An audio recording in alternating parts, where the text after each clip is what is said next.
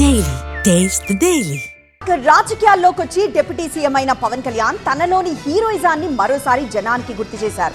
గత సినిమా ఫంక్షన్ల కంటే డిఫరెంట్ గా హైదరాబాద్ లో నిర్వహించిన ఓజీ కాన్సర్ట్ ఈవెంట్ లో కనిపించారు. సినిమాల టైంలో సినిమాలు, పాలిటిక్స్ టైంలో పాలిటిక్సే ఆలోచిస్తానని పవన్ చెప్పారు.